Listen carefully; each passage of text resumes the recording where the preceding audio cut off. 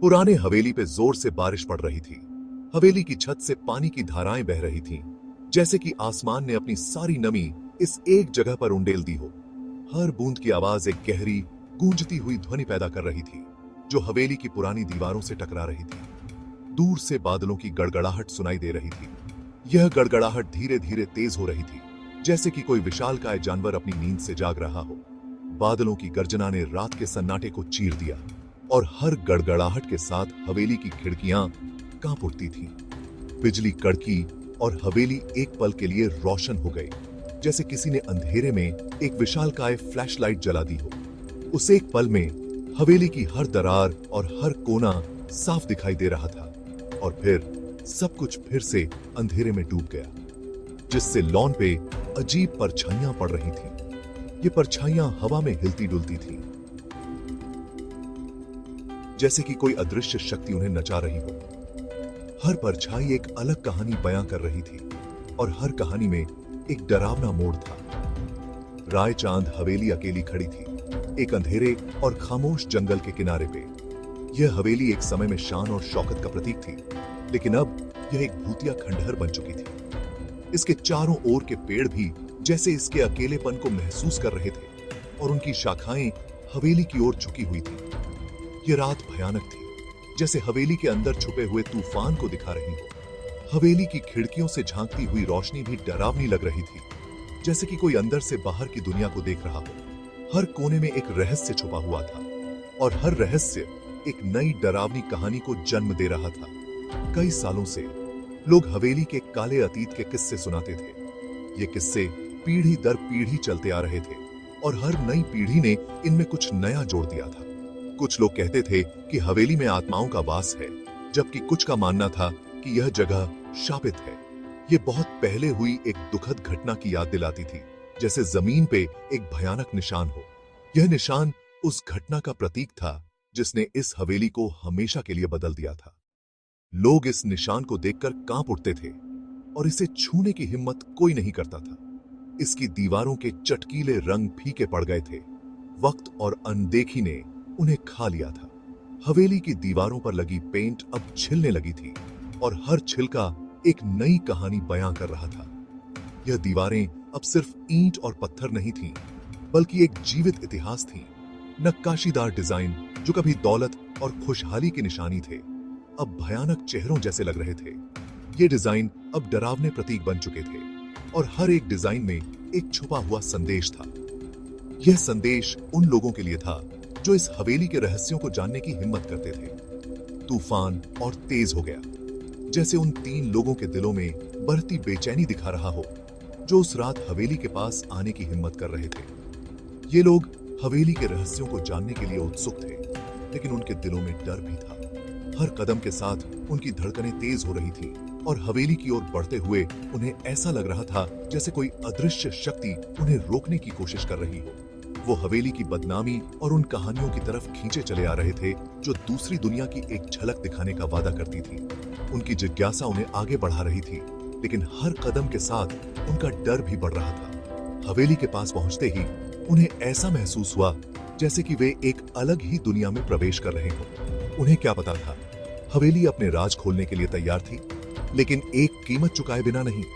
हवेली के अंदर छुपे हुए रहस्य अब बाहर आने को बेताब थे, और हर रहस्य के साथ एक नई चुनौती थी।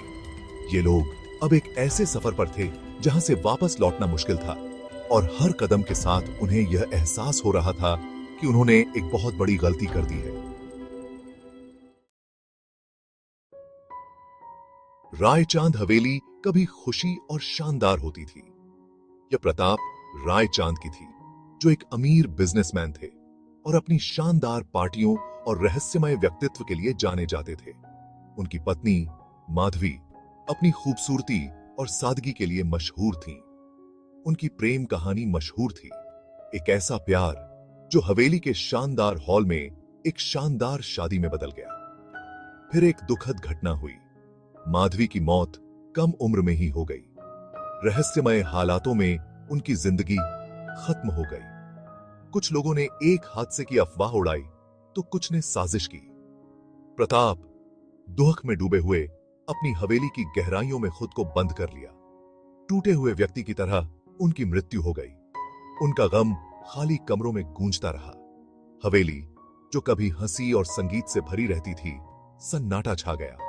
नौकर चले गए, उस भयानक माहौल को सहन नहीं कर पाए। हवेली वीरान पड़ी थी, प्यार और गम की निशानी बनके। लेकिन लगता था माधवी की आत्मा ने जाने से इनकार कर दिया था। एक पुरानी जीप मुश्किल से ऊबड़ खाबड़ रास्ते से ऊपर आई, उसकी हेडलाइट अंधेरे को चीरती हुई। जीप की आवाज उस सन्नाटे को तोड़ रही थी जो चारों ओर फैला हुआ था। रात का समय था और आसमान में बादल घिरे हुए थे, जैसे कोई तूफान आने वाला हो। अंदर 3 लोग बैठे थे, हर किसी का वहां होने का अपना कारण था। उनके चेहरों पर गंभीरता और दृढ़ संकल्प साफ झलक रहा था। जीप के अंदर का माहौल तनावपूर्ण था, लेकिन हर किसी की आंखों में एक चमक थी जो उनके इरादों को दर्शा रही थी। मुझे चुनौती पसंद है। अपने जीते हुए भूतों की लिस्ट में एक और भूत जोड़ना चाहता हूँ। मैंने कई कहानियां सुनी हैं इस हवेली के बारे में, और अब समय आ गया है कि मैं खुद इसका सामना करूं। ये मेरे लिए सिर्फ एक और एडवेंचर नहीं है, बल्कि एक मिशन है। मुझे इस हवेली की तरफ एक अजीब सी खिंचाव महसूस हो रहा है, जैसे यहाँ कुछ अधूरा काम है। ऐसा लगता है कि यहाँ कुछ ऐसा है जो मुझे बुला रहा है, कुछ ऐसा जो मुझे यहाँ आने के लिए मजबूर कर रहा है। यह सिर्फ एक भावना नहीं है, बल्कि एक आंतरिक आवाज है जो मुझे यहाँ खींच लाई है। मेरे लिए ये मेरे लेटेस्ट गैजेट्स को परखने और कुछ झूठी बातों को गलत साबित करने का मौका है।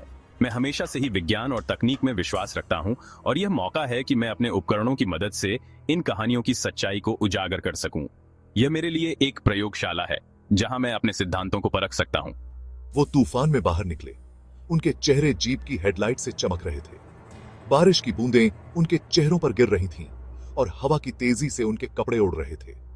लेकिन उनके कदमों में कोई हिचकिचाहट नहीं थी, जैसे वे किसी अदृश्य शक्ति द्वारा आगे बढ़ाए जा रहे हों। हवेली उन पर मंडरा रही थी। उसकी खिड़कियां अंधेरी और बेजान थीं। ऐसा लग रहा था जैसे वह हवेली खुद एक जीवित प्राणी हो जो उन्हें अंदर बुला रही हो। उसकी दीवारों पर समय की मार साफ दिखाई दे रही थी और हर कोने में एक रहस्य छिपा हुआ था। उनके चारों ओर एक ठंडी हवा चल रही थी, जिसमें गीली मिट्टी और कुछ और की गंध थी, कुछ पुरानी और बेचैन करने वाली। हवा में एक अजीब सी खामोशी थी जो उनके दिलों में डर पैदा कर रही थी। हर कदम के साथ वे उस हवेली के और करीब आ रहे थे और उनके दिलों की धड़कन तेज हो रही थी। अलग अलग कारण होने के बावजूद उन पर एक अजीब सा डर हावी हो गया जब वो भव्य प्रवेश द्वार के पास पहुंचे। उनके दिलों में एक सवाल था, क्या वे सही कर रहे हैं? लेकिन उनके कदम रुक नहीं रहे थे, जैसे कोई अदृश्य शक्ति उन्हें आगे बढ़ा रही हो। बड़ा सा लकड़ी का दरवाजा चरमरा गया, जैसे उन्हें अंदर बुला रहा हो। दरवाजे की आवाज ने उस सन्नाटे को तोड़ दिया और एक अजीब सी गूंज उनके कानों में गूंजने लगी। ऐसा लग रहा था जैसे वह दरवाजा खुद एक जीवित प्राणी हो जो उन्हें अंदर खींच रहा हो। जैसे ही उन्होंने दहलीज पार की, बाहर तूफान और तेज हो गया, जैसे हवेली की ठंडी गिरफ्त में उनकी किस्मत को बंद कर रहा हो। हवेली के अंदर का माहौल और भी डरावना था और हर कोने में एक अजीब सी खामोशी थी। उनके कदमों की आवाज उस खामोशी को तोड़ रही थी और उनके दिलों की धड़कन तेज हो रही थी। यह एक नई शुरुआत थी, एक ऐसा सफर जो उन्हें अज्ञात की ओर ले जा रहा था। की हवेली के अंदर की हवा उपेक्षा और गम के भार से भरी हुई थी। यह हवेली कभी जीवन और खुशियों से भरी रहती थी, लेकिन अब यह केवल अतीत की यादें और खोई हुई उम्मीदों का घर बन चुकी थी। धूल के कण उनकी टॉर्च की हल्की रोशनी में नाच रहे थे, जैसे कि वे भी इस भूतिया माहौल का हिस्सा बन गए हों। हर कण एक कहानी कहता था। एक समय की जब यह हवेली जीवंत थी। कभी शानदार रहे फर्नीचर अब मकड़ियों के जालों में ढके हुए थे। यह फर्नीचर कभी इस हवेली की शान हुआ करता था, लेकिन अब यह केवल समय की मार और उपेक्षा का प्रतीक बन चुका था। सन्नाटा खौफनाक था, जो सिर्फ पुराने घर की चरमराहट और उनके धड़कते दिलों की आवाज से टूट रहा था। यह सन्नाटा ऐसा था जैसे हवेली खुद अपनी कहानियां सुनाने की कोशिश कर रही हो।